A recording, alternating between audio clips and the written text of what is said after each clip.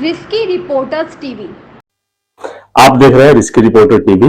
नमस्कार, मैं हूं मनोज तिवारी। आइए चलते हैं खबर की ओर। उत्तर प्रदेश प्राथमिक शिक्षक संघ जिलाध्यक्ष उदय शंकर शुक्ल ने आज प्रेस क्लब बस्ती में प्रेस वार्ता कर बताया कि देश प्रदेश के शिक्षक इतिहास में यह दौर सबसे कठिन है। शिक्षकों के दायित्व तो लगातार बढ़ाए जा रहे हैं, पर अधिकार उतनी ही तेजी से छीने जा रहे हैं। जहां शिक्षक अपनी जवानी देश का भविष्य गढ़ने में लगा रहे, वहीं उनके बुढ़ापे की लाठी पेंशन उनसे छीन लिया गया, जो किसी भी देश का दुर्भाग्य है। ऐसे कई दुखों से शिक्षक समाज को मुक्त कराने के लिए अखिल भारतीय प्राथमिक शिक्षक संघ द्वारा देशव्यापी आंदोलन चलाया जा रहा, लेकिन केंद्र तथा राज्य सरकार पुरानी पेंशन की बहाली को लेकर गूंगी बहरी बनी हुई है। हमारा यह आंदोलन आगामी लोकसभा चुनाव तक चरम पर होगा और यदि सरकारें हमारी तरफ ध्यान नहीं देती हैं तो देश के लगभग 25 लाख शिक्षक चुनाव में वर्तमान सरकार का विरोध कर अपना दर्द और गुस्सा जाहिर करेंगे। शिक्षक नेता रजनीश मिश्र ने कहा, शैक्षिक स्तर के लिए हमारे विद्यालयों की तुलना निजी विद्यालयों से की जाती है, तो मैं बताना चाहता हूं कि निजी विद्यालयों में निर्णय लेने का अधिकार विद्यालय प्रबंधन का होता है, इसलिए उनकी व्यवस्था बेहतर होती है। हमें निर्णय लेने का अधिकार नहीं बल्कि दायित्वों का बोझ लाद दिया जाता है। हमें दायित्वों से हमें कोई समस्या नहीं, पर हमें भी निजी विद्यालयों के तरह संसाधन उपलब्ध कराए जाएं, तत्कालिक निर्णय लेने का अधिकार दिया जाए, भविष्य की सुरक्षा दी जाए। विश्वास दिलाता हूं कि सिर्फ बस्ती ही नहीं बल्कि उत्तर प्रदेश के साथ पूरे देश की प्राथमिक शिक्षा सबसे उच्च स्तर पर होगी। बैठक में कार्यवाहक अध्यक्ष अखिलेश मिश्र, जिला मंत्री राघवेंद्र प्रताप सिंह, विजय प्रकाश चौधरी, रीता शुक्ला, मारूफ खान सहित सैकड़ों शिक्षक उपस्थित हैं। कार्यक्रम का संचालन सूर्य प्रकाश शुक्ल ने किया। सबसे पहले पूरे देश में एक साथ सांसद, विधायक, मंत्री, एमएलसी जो भी जनप्रतिनिधि हैं, इनको पुरानी पेंशन का ज्ञापन दिया जाएगा। इसके पश्चात गुजरात में राष्ट्रीय अधिवेशन में पूरे देश के शिक्षक वहां भाग लेंगे और पुरानी पेंशन का आगाज करेंगे। 3 दिन का राष्ट्रीय अधिवेशन है, 10, 11, 12 मई को। और उसके पश्चात पूरे देश में पुरानी पेंशन को लेकर पेंशन यात्रा निकाली जाएगी।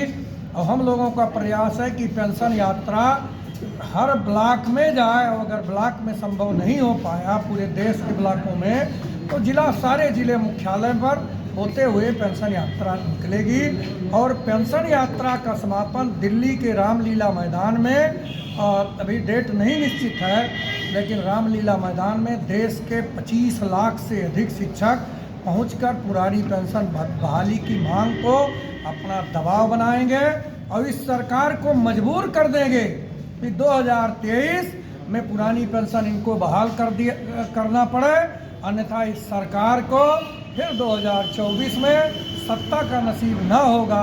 ये हम लोग यत्न करेंगे, ये हम लोगों की रणनीति है। और इधर जनपद की समस्याएं हमारी हैं। जनपद की मुख्य समस्या है एनपीएस के नाम पर जबरदस्ती एनपीएस काटने को लेकर पूरे प्रदेश के शिक्षकों का, कर्मचारियों का वेतन रोकने का यत्न हो रहा है और सरकार प्रयास कर रही है कि जबरदस्ती एनपीएस काट लिया जाए। जबकि एनपीएस ऐच्छिक स्कीम है, पूरे देश में जो कर्मचारी चाहे वो एनपीएस कटवावे। और जिन जिन राज्यों में पुरानी पेंशन बहाल हुई है वहाँ एनपीएस जो कटा है, इसको कहा गया, सरकार कह रही है भारत सरकार कि हम एनपीएस का पैसा वापस नहीं करेंगे। तो जब ये वापस नहीं होगा, हम लोग पुरानी पेंशन के लिए लड़ रहे हैं, तो हम एनपीएस क्यों कटवाएं? इसको लेकर हम लोग लड़ रहे हैं।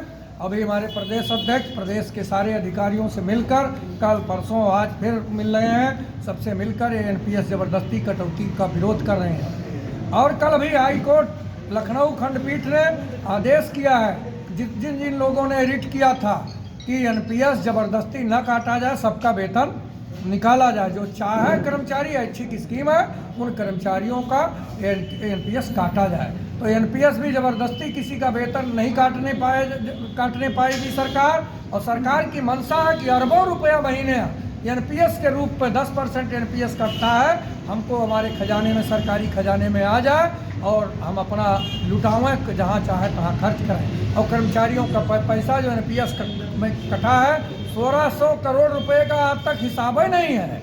और फिर एनपीएस काट का अरबों अरबों रुपया हर महीने काटने की योजना है सरकार की कि ज़बरदस्ती काट लिया जाए, जबकि हम पुरानी पेंशन के लिए लड़ रहे हैं और ये ऐच्छिक स्कीम है। और ऐच्छिक स्कीम को ज़बरदस्ती लागू कराना ये न्यायप्रिय सरकार का काम नहीं है।